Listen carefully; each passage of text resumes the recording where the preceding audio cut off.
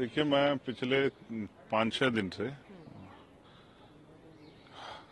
मैं देख रहा हूं कि बाबा साहब पे खूब चर्चा हो रही है।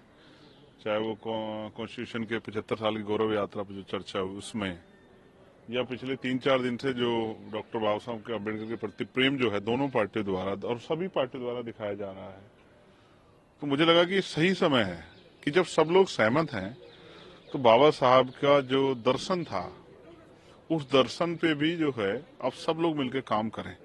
और जो आज की जरूरत है, schedule caste, schedule tribe, backward, minority, महिलाओं की, उनसे रिलेटेड मैंने 12 मांगे प्राइम मिनिस्टर जी को रखी हैं कि प्रधानमंत्री उनका संज्ञान लें।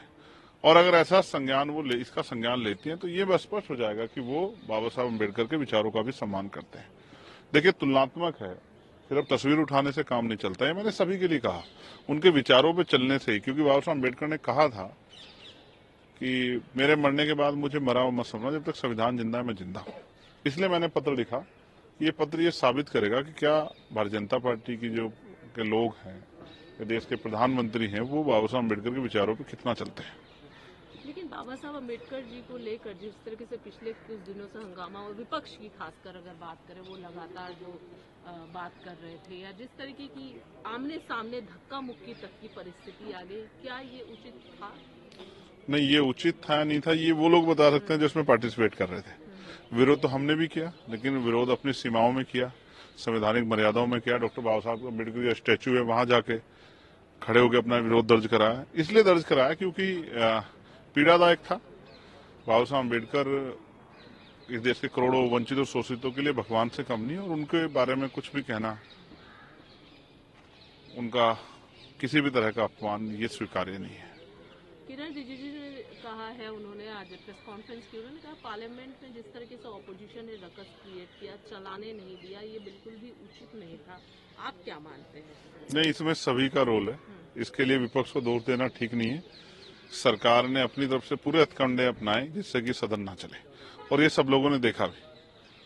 और इसी सदन में जो हुआ राज्यसभा में, वो भी देखा, जिससे करोड़ों लोगों की भावना भी आती, वो भी देखा। और फिर जो है आज भी, क्योंकि आज हाउस वो हो रहा था और बहुत सारे प्रोसीजर हैं कि समापन भाषण पढ़ा जाता है, वो भी नहीं पढ़ा गया। तो बहुत सारी चीजें हैं जो नहीं हुई। और मुझे दुख इस बात का कि आज इस बार के सेशन में बहुत सारे मुद्दे जो मैं अपने क्षेत्र के उठाए, जैसे किसान यहाँ बंद है नोएडा में, और बहुत परेशानी में बंद किए गए हैं, उनसे मिलना जुलना भी लोगों का जो है बंद कर दिया। हमारी पार्टी आवाज उठा रही है। बहुत सारे ऐसे विषय थे जिन पर आवाज उठानी थी, लेकिन वो सब इसलिए नहीं हो पाए क्योंकि सदन नहीं चला। सदन चलता तो अवसर मिलते, और अवसर मिलते तो हम अपनी बात को कहते, सरकार से जवाब मांगते। वन नेशन वन इलेक्शन को लेकर जेपीसी फॉर्म हुआ, जिसमें मेंबर्स के नाम भी आ गए, जिसमें 27 लोकसभा से हैं और 12 जो है राज्यसभा से हैं। अब मुझे इस बात की तकलीफ है कि जो वास्तविकता में अम्बेडकराइट्स हैं, जो कॉन्स्टिट्यूशन पे जिनकी पकड़ है, जो कॉन्स्टिट्यूशन पे लंबे समय से जो है कॉन्स्टिट्यूशन को लागू कराने के लिए प्रयास कर रहे हैं, जो सरकार सवाल मांग रहे हैं, उन लोगों को, उनमें जिनमें मैं एक बहुत बड़ी जिम्मेदारी से इस बात को पहले दिन से उठा रहा हूँ, मुझे उसे दूर रखा गया। मुझे उम्मीद थी, मैंने कहा भी कि मैं इसका हिस्सा रहना चाहता हूँ, लेकिन फिर जब ये कहा जाता है कि यहाँ समान अवसर नहीं है। समान अवसर होते तो चंद्रशेखर आजाद जो है वो उस जेपीसी का हिस्सा होता, क्योंकि उस दिन भी मुझे बोलने से रोका गया, मना किया गया। तो मुझे उम्मीद थी कि जेपीसी के जरिए जो है जो कॉन्स्टिट्यूशन पे इतना बड़ा हमला हो रहा है, उस बात को हम रख पाएंगे। लेकिन यहाँ मैंने फिर कहा, उस दिन एक दिन मैंने पीड़ा भी जारी की थी कि अम्बेडकराइट होने की वजह से मुझे बोलने से रोका जाता है।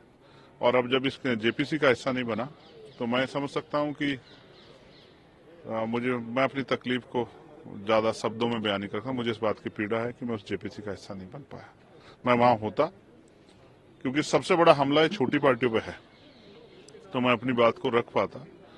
राज्यों के पे जो हमला है उस बात को भी रख पाता, और जो हम तानाशाही की तरफ बढ़ रहे हैं उस पे भी मैं अपनी बात रख पाता।